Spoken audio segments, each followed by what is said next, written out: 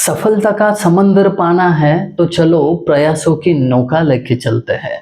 दोस्तों, अगर सफलता का समंदर पाना है तो चलो प्रयासों की नौका लेके चलते हैं। हम लहरों से थोड़ी ना डरेंगे जो हर दिन मुसीबतों के बारूदों को झेलते हैं।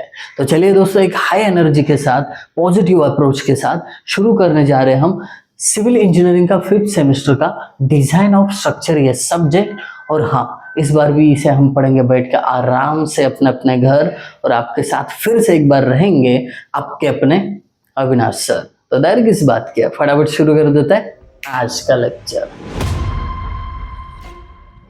डिजाइन ऑफ स्ट्रक्चर्स का पहला जो मॉड्यूल है उसका नाम है introduction two methods of design of structures. अभी देखिए, जितने भी स्ट्रक्चर को डिजाइन करना है उसके कुछ मेथड्स रहेंगे, उनको इस चैप्टर में हम अच्छी तरीके से पढ़ लेंगे।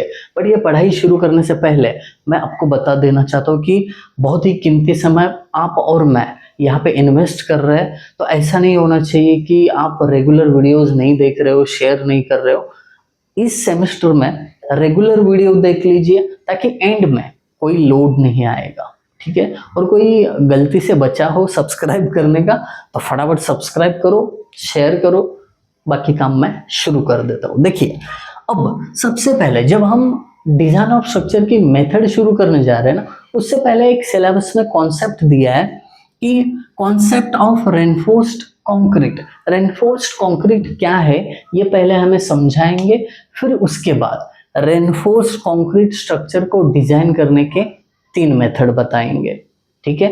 अब ये जो सब्जेक्ट है इसमें मैं पहले ही आपको बता दूं, पहले 3 मॉड्यूल आरसीसी डिजाइन पे है, ठीक है। और दूसरे जो 3 मॉड्यूल है मतलब 4th, 5th, 6th, इसमें आपको स्टील स्ट्रक्चर को डिजाइन करना है। आगे जैसे जैसे बढ़ेंगे आप समझ जाओगे। अब पहली बात है हमारी कि रेनफोर्स कंक्रीट को समझना। मोटा मोटा तो ये सब जानते हैं कि सर रेनफोर्स कंक्रीट वो होता है कि जिस कंक्रीट में रेनफोर्समेंट डाली जाती है, दैट्स इट, इतना सिंपल है ना। रेनफोर्स स्टील बार रहते हैं ऐसे, वो कंक्रीट में इंसर्ट किए जाते हैं। तो थोड़ा सा अलग टेक्निकल टर्म है, समझ लेते हैं ना भाई साहब। देखिए, reinforced concrete is a composite material, ठीक है। अब यहाँ पे कंपोजिट हर एक वर्ड को देखिए, रटना एक अलग चीज है और समझना कॉन्सेप्ट को एक अलग चीज है। हम तो हमेशा भैया समझ के ही चलते हैं, रटना हमारी आदत नहीं है। अब देखिए, रेनफोर्स कंक्रीट एक कंपोजिट मटेरियल है। अब इसको कंपोजिट क्यों कहा? क्योंकि 2 मटेरियल का मिक्सचर है। कौन से? एक कंक्रीट है उसमें और दूसरा स्टील बार्स है, इसके लिए कंपोजिट मटेरियल कहा जाता है। अब इन विच, जिसमें the relatively low tensile strength and ductility of concrete. Concrete का क्या है मसला कि उसमें रिलेटिवली मतलब रेनफोर्समेंट की तुलना में लो टेंसाइल स्ट्रेंथ है और डक्टिलिटी भी लो है कंक्रीट में। अब उसको क्या किया गया है? आर काउंटर एक्टेड बाय, मतलब उस पे काउंटर अटैक किसने किया? By inclusion of reinforcement having high tensile strength and ductility. जिसमें कंक्रीट वीक है उसमें स्टील स्ट्रांग होता है, और इसीलिए कंक्रीट में रेनफोर्समेंट डाला हुआ है। ऐसे यूं ही नहीं, कंक्रीट में कोई लकड़ी भी डाल सकता था, बराबर है, प्लास्टिक भी डाल सकता था, बट जो कंक्रीट की वीकनेस है वो स्टील की स्ट्रेंथ है, दोनों का अच्छा मिलाप हो रहा है, इसके लिए कंक्रीट के अंदर रेनफोर्समेंट डाला हुआ है। अब कुछ और पॉइंट डेप्थ में देखते हैं। Concrete possess high compressive strength, ये सब जानते हैं, ये बेसिक चीजें हैं। कंक्रीट में हाई कॉम्प्रेसिव स्ट्रेंथ होती है बट लो टेंसाइल स्ट्रेंथ। देखिए, अगर कंक्रीट को आप कॉम्प्रेस करोगे तो उसमें वो स्ट्रांग है, बट कंक्रीट खींचा जाए यानी टेंशन में वीक है, वो इतना वीक है कि उसका tensile strength 1/10 of compressive strength है, 10 गुना कम है टेंसाइल स्ट्रेंथ। किसके मुकाबले में? कॉम्प्रेसिव स्ट्रेंथ के मुकाबले में। ये नंबर याद रखना, आपको 3 मार्क के लिए जो पहला क्वेश्चन आता है ना उसमें कहीं पे तो आ जाएगा ये, ठीक है। रेनफोर्समेंट रेजिस्ट टेंसाइल फोर्सेस, ज्यादा डिस्कशन नहीं करेंगे इसके ऊपर। ऑब्वियसली रेनफोर्समेंट का काम है टेंसाइल फोर्सेस जो आते हैं उनको रेजिस्ट करना। उसके बाद both materials have approximately the same coefficient of thermal expansion.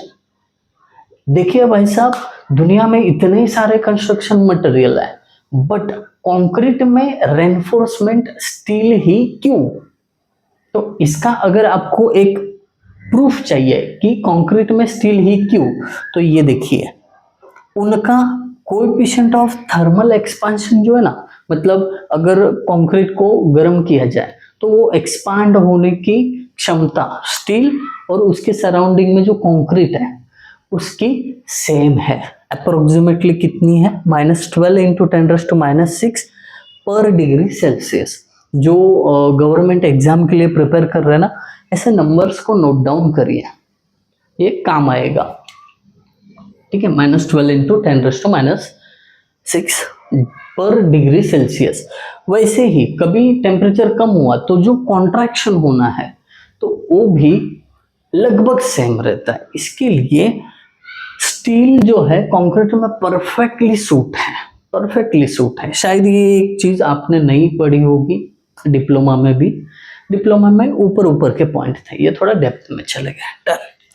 अब जिसकी बात करने वाले ये पूरे चैप्टर में, वो बात ये है कि वर्किंग स्ट्रेस मेथड, इसको WSM भी बोलते हैं, मैंने लिखा नहीं इधर बट इसका शॉर्ट फॉर्म WSM है, वर्किंग स्ट्रेस मेथड। अब ये डिजाइन के मेथड्स है, ठीक है। देखिए, कोई कॉलेज बस से जाता है, कोई बाइक से जाता है, कोई अपनी पोर्श कार लेके जाता है, तो ये डिफरेंस है। तो वैसे ही डिजाइन करने के 3 मेथड अलग अलग है। अब वर्किंग स्ट्रेस मेथड ये बहुत पुराना मेथड है। ये कब यूज करते हैं? यूज परमिसिबल स्ट्रेसेस, मतलब किसी स्ट्रक्चर पे कितना स्ट्रेस या लोड परमिसिबल है उसके अकॉर्डिंग ये काम करता है। इसको डेप्थ में देखने वाले हैं, बट अभी के लिए WSM परमिसिबल स्ट्रेसेस पे काम करता है, इतना दिमाग में भरो।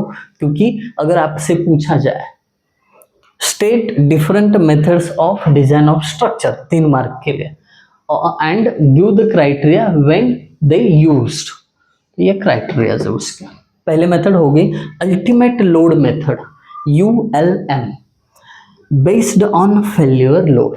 स्ट्रक्चर पे कितना लोड डाला जाए तो वो फेल हो जाएगा, इसको ध्यान में रख के अगर स्ट्रक्चर डिजाइन किया जाता है तो वो होता है अल्टीमेट लोड मेथड। बेसिक, ज्यादा सोचो मत अभी। थर्ड है लिमिट स्टेट मेथड, जिसमें ये मॉडर्न मेथड या मॉडर्न अप्रोच माना जाता है। अभी हाल ही में सब जगह पे LSM मेथड यूज किया जाता है, मोस्टली यूज। और ये किस पे डिपेंड है? तो एज पर IS 456/2000 एक इंडियन स्टैंडर्ड कोड है, एक बुक रहता है, उसको रेफर करके ये मेथड क्या की जाती है, अडॉप्ट की जाती है, और ये वाइडली यूज है। तो इन सब्जेक्ट्स में आगे जाके यही अप्रोच हम यूज करने वाले हो। So that's it for first lecture. ज़्यादा लेंदी नहीं होना चाहिए, इसके लिए थ्योरेटिकल पार्ट लिया था। अगले लेक्चर में ये तीनों मेथड डेप्थ में पढ़ेंगे। आई होप आप सभी को ये वीडियो अच्छा लगा होगा। तो कमेंट करने में कोई भी कंजूसी मत दिखाओ, कमेंट भर भर के कराओ, मोटिवेशन बढ़ाते रहो। Thank you guys for watching video. Thank you so much.